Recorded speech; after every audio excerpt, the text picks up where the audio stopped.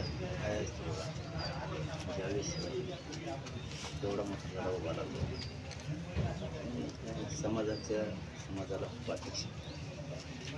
त्यांची एक म्हणणं होतं की तुम्ही तब्येतीची काळजी घ्या, पोषणाच्या दाबी, त्यांची माया प्रेम आहे सगळ्या समाजाचं. पण मला माझ्या वेदनाचं शरीराची काळजी घेत बसायचं, पण माझ्या समाजाला न्याय कोणी द्यायचा. गोरगरिबाच्या करोडो लेकरांची अपेक्षा, माझ्यासाठी करोडो मराठ्यांचे लेकरं आरक्षण देऊन मोठे करणं ही पण जबाबदारी, आणि माझ्या संतोषांना न्याय देणं ही जबाबदारी, सूर्यवंशींना न्याय देणं ही जबाबदारी, वाकोडे साहेबांना न्याय देणं ही जबाबदारी. त्यामुळे ही दोन्ही कामं माझ्यासाठी महत्त्वाची. मी दोन्ही कामं समाजासाठी करत राहतो. तब्येत आहे यांचंही खरं आहे, मिटवायचं खरं आहे, खरं आहे, पण मला नाही विचार करून चालायचं. समाजापेक्षा आणि समाजाच्या वेदनेपेक्षा, न्यायापेक्षा माझ्या शरीराला वेदनेला मी नाही दिलं. शेवटी समाजाच्या लेकराच्या चेहऱ्यावरती आरक्षण देऊन आनंद सुट सदूर प्रकरणाला संघर्षाला न्याय देणं ही पण जबाबदारी, आणि सगळ्या जबाबदाऱ्या पार पाडण्यासाठी मी लढणारे. तसं बरंही कोणाचाही बाप आला तर संतोष भाईंना न्याय दिल्याशिवाय आम्ही कोणीच सांगणार. तपासाबद्दल काय डॉक्युमेंट्स तुम्हाला दाखवलेले, बरेच ऑब्जेक्शन काय म्हणून?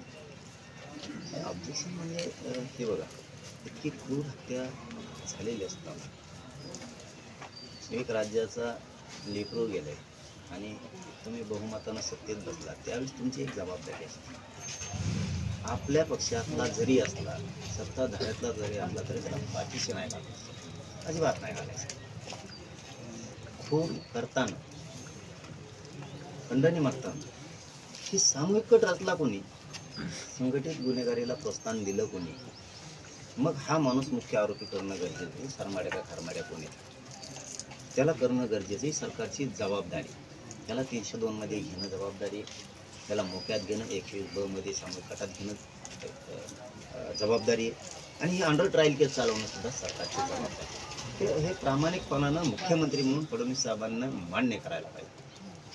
आणि खून झाल्याच्या नंतर हे आरोपी फरार कुठं होते, त्यांना फरार कोणी केलं, पैसा कोणी पुरवला, मोबाईलवर ते फरार आरोपी कोणत्या मंत्र्याला बोलले का, किंवा समाजातल्या कोणत्या लोकांना बोलले का, कोणापाशी थांबले, याला 6 आरोपी करणं लय गरजेचं आहे. तुम्ही एक एक म्हणायला लागतं तुम्हाला मीडियाच्या माध्यमातून जनतेला, हे करा, मग तुम्ही करता. तुम्ही मनाने काय करताय?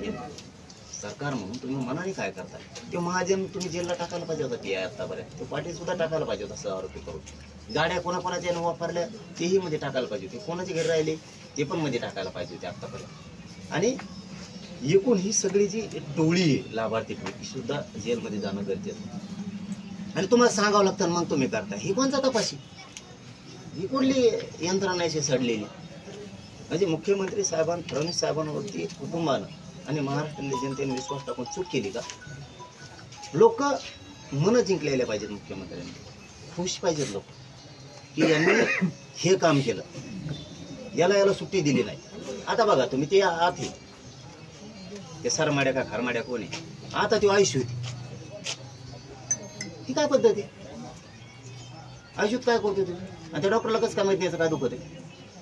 ते कोण डॉक्टर आहे, मीडिया समोर काल आला होता, तू डॉक्टर आहे का कोणी? तपासलं काय मग नेमकं? तो तुला जर माहित नाही, तू जर सांगत नाही समोर येऊन याचं हे दुखत आहे, इतके दिवस दुखतं का? आज जेलमध्ये नाही कसं व्यवस्था? आयुष्यात आरोपी असतो का? ही कोणची शेट? आरोग्यमंत्री काय करते? आरोग्यमंत्र्यांनी त्यांच्या डॉक्टरांना बीडच्या येसन घालणं गरजेचं आहे.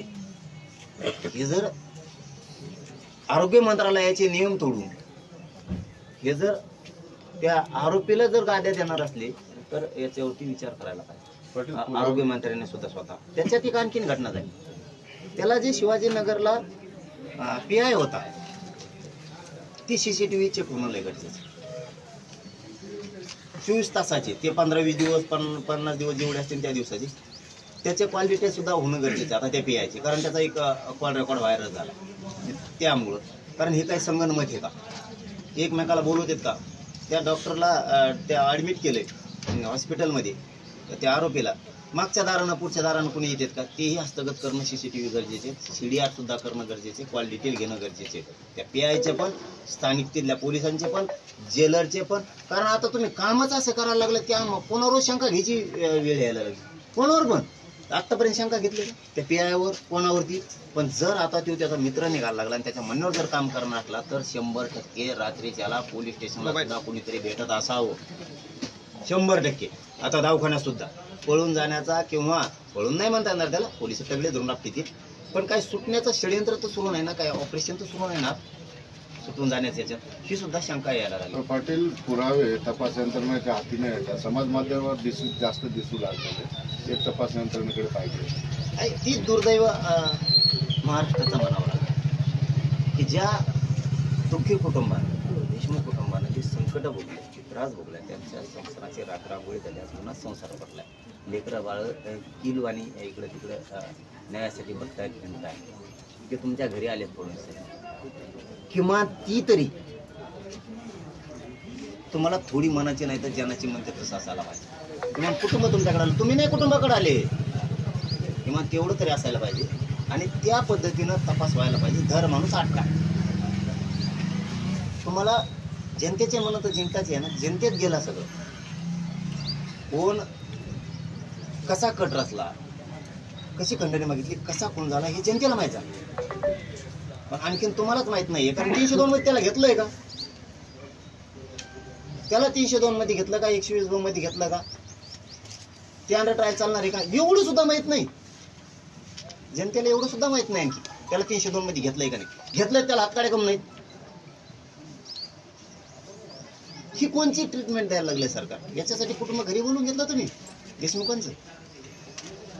अपमान करणार कुटुंबाचा. आता तुम्ही तरी, तुमच्यावर तरी आशा आहे, अपेक्षा आहे, तुमच्याकडं वेगळ्या दृष्टिकोनातून फडणवीस साहेब कुटुंब बघ, आम्ही सुद्धा बघ की हे न्यायचं त्यांना, पण तशी प्रक्रिया तपास यंत्रणेत होताना दिसत नाही.